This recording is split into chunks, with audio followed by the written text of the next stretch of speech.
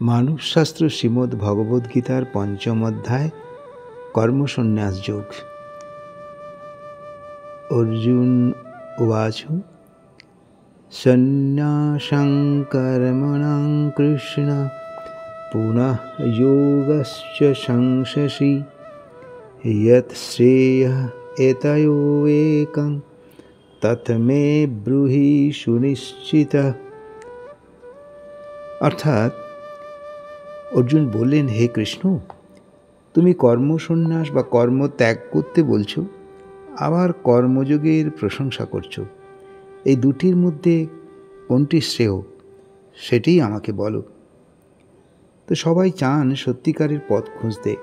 এখানে অর্জুন তাই করছিলেন। তার বন্ধু এবং তার গুরু শ্রীকৃষ্ণকে জিজ্ঞেস করলেন, আমরাও যদি কখনো কোনো পথ খুঁজে না পাই তখন আমার খুব প্রিয়জনকেই তো বলি। তাই শ্রীকৃষ্ণকে অর্জুন জিজ্ঞেস করছেন। শ্রী ভগবান উবাচ সন্ন্যাসঃ চ কর্মস্য নিঃশ্রেয়সকরৌ উভৌ তয়ো তু কর্ম সন্ন্যাত কর্মযোগ বিশিষ্যতে। অর্থাৎ সন্ন্যাস ও কর্মযোগ উভয়ই কল্যাণকারী, কিন্তু কর্মসন্ন্যাস অপেক্ষা কর্মযোগই শ্রেষ্ঠ। দুটো রাস্তাই ঠিক, কিন্তু কোনো রাস্তা কিছু দূর গিয়ে হারিয়ে যায়, তা খুঁজে পাওয়া যায় না, আর দ্বিতীয় রাস্তা তাকে সঠিক জীবনের পথ দেখিয়ে দেয়। জ্ঞেয়াস নিত্য সন্ন্যাসী যো ন দেষ্টি ন কাঙ্ক্ষতি নির্দ্বন্দ্বো হি মহাবাহো সুখং বন্ধাত প্রমুচ্যতে।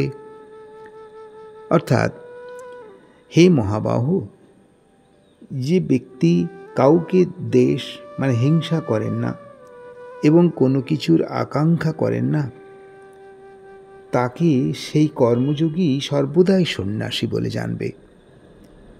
কারণ ঝগড়া বিবাদ না করলে, অর্থাৎ দ্বন্দ্বহীন ব্যক্তি সংসার বন্ধন থেকে মুক্ত হয়। সাংখ্য যোগ পৃথগ্বালা প্রবদন্তি না পণ্ডিতাঃ। অর্থাৎ অজ্ঞানী সাংখ্যযোগ জ্ঞান যোগ মধ্যে পৃথক ভাবেন, কিন্তু আত্মজ্ঞানীরা তা বলেন না। দুটির যে কোনো একটি অনুষ্ঠিত হলে উভয়েই ফল লাভ হয়। এখানে কর্মযোগ ও নিত্য সন্ন্যাসের মধ্যে পার্থক্য কী? না, কর্ম করলে বা কর্মফলের আশা না করাই কর্মসন্ন্যাস। ব্যক্তির শরীর, ইন্দ্রিয়াদি, মন, বুদ্ধি ইত্যাদি নিজের জন্য নয়, এটা অপরের ভালোর জন্য, এটি জানলেই এবং রাগ বা হিংসা দূর হলে অন্তরে যে ভাবের সৃষ্টি হয় তাহাই নিত্য সন্ন্যাস। সংসার থেকে সংসারের সম্পর্ক রেখেও নির্লিপ্তভাবে যিনি থাকেন, সেই সমস্ত কর্মযোগীরাই নিত্য সন্ন্যাসী। কর্মসন্ন্যাসী ভগবান তাকে সাংখ্য বলেছেন। কর্মযোগের দ্বারা আত্মজ্ঞান এবং জ্ঞানের দ্বারা ব্রহ্মজ্ঞান লাভ করা যায়।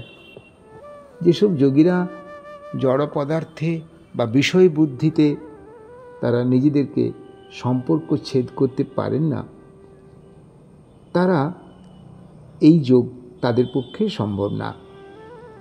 নিজের উপার্জিত সম্পদ যদি সে অপরের মানুষের জন্যে বা জগতের কল্যাণের জন্যে ব্যবহার হয়, তাহলেই সেই কর্মযোগী ব্রহ্মপ্রাপ্তি হয়। আর সাংখ্যযোগী তার জড় চেতনা মানুষের সঙ্গে সম্পর্ক ছেদ প্রভৃতি হলে সিদ্ধিপ্রাপ্তি হয়। তো সিদ্ধিপ্রাপ্তি হলে দুজনেই এক, এর মধ্যে কোনো পার্থক্য থাকে না। ইয়ৎ সাংখ্যো প্রদতে স্থানং তত যোগঃ অপি গম্যতে একং সাংখ্যং চ যোগং চ ইয় পশ্যতি স পশ্যতি। অর্থাৎ সাংখ্যযোগী বা জ্ঞানী সন্ন্যাসীগণ যে তত্ত্ব পান, কর্মযোগীরাও সেই তত্ত্বই পান। যিনি সন্ন্যাস ও কর্মযোগকে একই দেখেন, তিনিই যথার্থ জ্ঞানী। অর্থাৎ সন্ন্যাসীর মধ্যে কর্মসন্ন্যাস মানে কর্ম ত্যাগ করা এবং কর্মযোগ, একে মধ্যে কোনো পার্থক্য নেই। যারা কর্ম ভালোবাসেন তারা কর্মযোগ কর্মের মাধ্যমে ঈশ্বরকে লাভ করতে পারেন, আর যারা জ্ঞানী তারা জ্ঞানের মধ্যেই ঈশ্বর লাভ করেন। 6 নম্বর, সন্ন্যাসতু মহাবাহো দুঃখ্যাম আপ্তুম যোগযুক্তং যোগযুক্তো মুনির্ব্রহ্ম না চিরেণ অধিগচ্ছতি। অর্থাৎ হে মহাবাহ, নিষ্কাম কর্মযোগ ছাড়া সন্ন্যাস লাভ করা কঠিন। কর্মযোগ যুক্ত মননশীল ব্যক্তি বা মুনিরা অচিরে ব্রহ্ম জানতে পারেন। এখানে বলা হয়েছে যে কর্মযোগীদের চেনার উপায় কি? 7 নম্বরে বলছেন, যোগযুক্ত বিশুদ্ধাত্মা বিজিতাত্মা জিতেন্দ্রিয়ঃ সর্বভূতাত্মভূতাত্মা কুর্বন্নপি ন লিপ্যতে। অর্থাৎ যিনি বিশুদ্ধ চিত্ত অর্থাৎ অন্তঃকরণ নির্মল, বিজিতাত্মা সংযত দেহী, ইন্দ্রকে নিজের বশে রাখেন, সকল প্রাণীর আত্মাতে নিজেকে দেখেন, তিনি কর্ম করেও কর্মে লিপ্ত হন না। নৈব কিঞ্চিৎ করমিতি যুক্তো মন্যেত ন তত্ত্ববিৎ পশ্যন শৃণ্যন স্পৃশ্যন জিঘ্রন অশন্যন গচ্ছন শপন শ্বাসন। অর্থাৎ নিষ্কাম কর্মযোগীর দেখা, শোনা, স্পর্শ করা, ঘ্রাণ নেওয়া, খাওয়া, চলা, নিদ্রা, শ্বাসগ্রহণ, কথা বলা, ত্যাগ, চক্ষু খোলা ও বন্ধ, প্রলোপন বিসর্জন গৃহ্যন উন্মিষণ নিমিষণেপি ইন্দ্রিয়ার্দি ইন্দ্রিয়ার্থেষু বর্তন্ত ইতি ধারয়ন। চোখ খোলা ও বন্ধ করা, এ সকল করা সত্ত্বেও তারা মনে করেন ইন্দ্রিয়গণই নিজ নিজ কাজ করছেন, আমি স্বয়ং কিছুই করি না, এটাই তারা মনে করেন। এখানে 13টি স্বাভাবিক বা প্রাকৃতিক ক্রিয়ার কথা বলা হয়েছে। প্রকৃতির ক্রিয়া কখনো বন্ধ করা যায় না। এগুলি হলো চোখে দেখা, কানে শোনা, নাকে ঘ্রাণ নেওয়া, জিহ্বাতে আস্বাদন করা, ত্বকে স্পর্শ অনুভূতি করা। এই 5টা জ্ঞানেন্দ্রিয় দ্বারা 5টি কর্মেন্দ্রিয় পদ, হস্ত, বাক, উপস্থ বায়ু দ্বারা চলা, করা, বলা, মলমূত্রাদি ত্যাগ করা, আর একটি অন্তরীর ক্রিয়া শয়ন, একটি প্রাণীর ক্রিয়া শ্বসন, শ্বাসগ্রহণ, একটি কর্ম বা চোখ খোলা বন্ধ করা। এই 13টি কর্ম স্বাভাবিক। এগুলি ছাড়া যা কিছু কর্ম সবই আসক্তি, ত্যাগ বা ঈশ্বরে অর্পণ করা। কারণ এই কাজগুলি তো সবাইকেই করতে হবে, তা নাহলে তার জীবন নির্বাহ হবে না।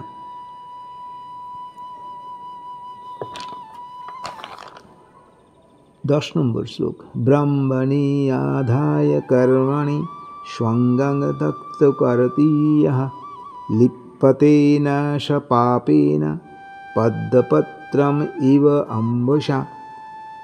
অর্থাৎ যিনি সমস্ত কর্ম পরমেশ্বরে অর্পণ করেন, আসক্তি ত্যাগ করে কর্ম করেন, তিনি পদ্মপত্রে জলের মতো পাপে লিপ্ত হন না।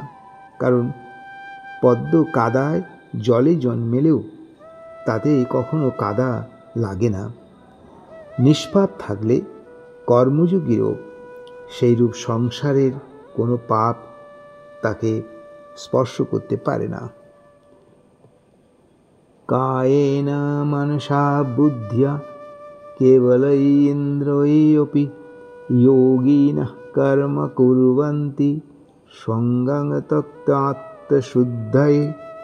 অর্থাৎ শরীর, মন, বুদ্ধি ও ইন্দ্রিয় সমূহের দ্বারা কর্মযোগীগণ অন্তঃকরণ শুদ্ধির জন্য তাদের আসক্তি ত্যাগ করে ভগবানকেই সমর্পণ করেন। ভগবান সমর্পণ করেই যে সমস্ত কর্ম করেন তারা তাতে আবদ্ধ হন না। সর্ব কর্মণি কর্মফলং ত্যক্ত্বা শান্তিমাপ্নোতি নৈষ্ঠিকম অযুক্তঃ কামকারেণ ফলেষ্বক্তনিবধ্যতে। কর্মযোগী কর্মফল পরিত্যাগ করে পরম শান্তি পান। কামনাযুক্ত ব্যক্তি বিভিন্ন কর্মে যুক্ত হয়ে নিজেকে আবদ্ধ করেন। সর্বকর্মাণি মনসা সংন্যস্য আস্তে সুখং বশি নবদ্বারে পুরে দেহি নৈব কুর্বন কারয়ন। শরীর রূপ ঘরে 9টি দ্বার রয়েছে, তাই ইন্দ্রিয় বশীভূত করে বিবেকযুক্ত মন দ্বারা সর্বকর্ম পরিত্যাগ করে এই নবদ্বার বিশিষ্ট শরীরের সুখে বাস করেন। তিনি নিজে কিছু করেন না, অন্যকেও করানো না। এখানে নবদ্বার মানে জিতেন্দ্রীয় ব্যক্তির 9টি দ্বার শরীরে, 2টি চোখ, 2টি কান, 2টি নাসিকা ছিদ্র, 1টি মুখ, এই 7টি উপরের অংশ, মলমূত্রাদি অর্থাৎ পায়ুপস্থ ত্যাগের জন্য 2টো নিম্নাংশে অবস্থিত। সর্বকর্মাণি মনসাস্বর আস্তে সুখং বশি নবদ্বারে পুরে দেহি নৈব কুর্মন কারণঃ ন কর্তৃতং ন কর্মণি লোকস্য সৃজতি প্রভু ন কর্মফল সংযোগং স্বভাবঃ তু প্রবর্ততে। অর্থাৎ কর্ম ঈশ্বর অর্থাৎ বিশ্বপ্রভু মানুষের কর্তব্য কর্ম সৃষ্টি করেন না, কিন্তু মানুষ তার স্বভাব অনুযায়ী তার কর্ম করে থাকে। জীবে অজ্ঞান দ্বারা মোহগ্রস্ত হয় এবং মোহ দূর করার উপায় কি ভগবান বলেন, ন আদ্যন্তে কস্যচিৎ পাপং না চৈব সুকৃতং বিভু অজ্ঞানেন আবৃতং জ্ঞানং তেন মুহ্যন্তি জন্ত্যবঃ। অর্থাৎ ঈশ্বর বা পরমাত্মা কারুর পাপ বা পুণ্য গ্রহণ করেন না। নিজের পাপ পুণ্যরূপ অজ্ঞান দ্বারাই মানুষ তার জ্ঞান আবৃত রাখে। সেই জন্য জীব মোহগ্রস্ত হয়ে সেই মতো কাজ করে, তাতে সুখ দুঃখ ভোগ করে। জ্ঞানেন তু তথ অজ্ঞানম যেষাং নাশিতম আত্মনা তেষাম আদিত্যবৎ জ্ঞানং প্রকাশয়তি তৎপরম। এখানে বলেছে যে জ্ঞান দ্বারাই অজ্ঞান জ্ঞানকেই আবৃত্ত করে রাখে। যিনি নিজের জ্ঞানের দ্বারা সেই অজ্ঞানকে দূর করেন, সেইরূপ আত্মজ্ঞান সূর্যের প্রভাব মতো পরম তত্ত্বকে প্রকাশিত করে। তৎ বুদ্ধয় তৎ আত্মনঃ তৎ নিষ্ঠা তৎ পরায়ণা গচ্ছন্তি আপুনঃ আবৃত্তিং জ্ঞান নির্ধূত কল্মষা। যাদের বুদ্ধি ঈশ্বরে নিবিষ্ট, মন ঈশ্বরের প্রতি ধাবিত, ঈশ্বরই যাদের পরম আশ্রয়, এরূপ সাধকরা মোক্ষ বা জ্ঞান প্রাপ্তি হয়। বিদ্যা বিনয় সম্পন্নে ব্রাহ্মণে গবিহস্তিনি সুনিশ্চয়ৈব সপাকে চ পণ্ডিতা সমদর্শিনা। ঈশ্বরে বুদ্ধি যদি স্থির থাকে, পণ্ডিতরা বিদ্যা বিনয়যুক্ত ব্রাহ্মণ ও চণ্ডাল, গাভী ও হস্তিনী এবং সারমে ইত্যাদি সকলের প্রতি সমভাবে পরমাত্মাকে দর্শন করেন। এখানে ব্রাহ্মণের পূজা, চণ্ডালের নিজস্ব কাজ, গাভীর কাজ দুগ্ধ প্রদান, কুকুর ও হস্তিনী 5টি প্রাণীর ব্যবহারে সমতা আসে না, কিন্তু জ্ঞানী ব্যক্তিরা এদের মধ্যে পরমাত্মাকে সমভাবেই দর্শন করেন। এখানে সমভাব মানে গৃহস্থ, সাধু, পশু সবাই সমান। জল যেমন সবাইয়ের পিপাসা দূর করে, তেমনি বায়ু সবারই শ্বাস প্রশ্বাসের সুযোগ দেয়। পৃথিবীতে সবাই সমানভাবে, ব্রাহ্মণ, ক্ষত্রিয়, বৈশ্য, শূদ্র, তারা সমানভাবে অবস্থান করে।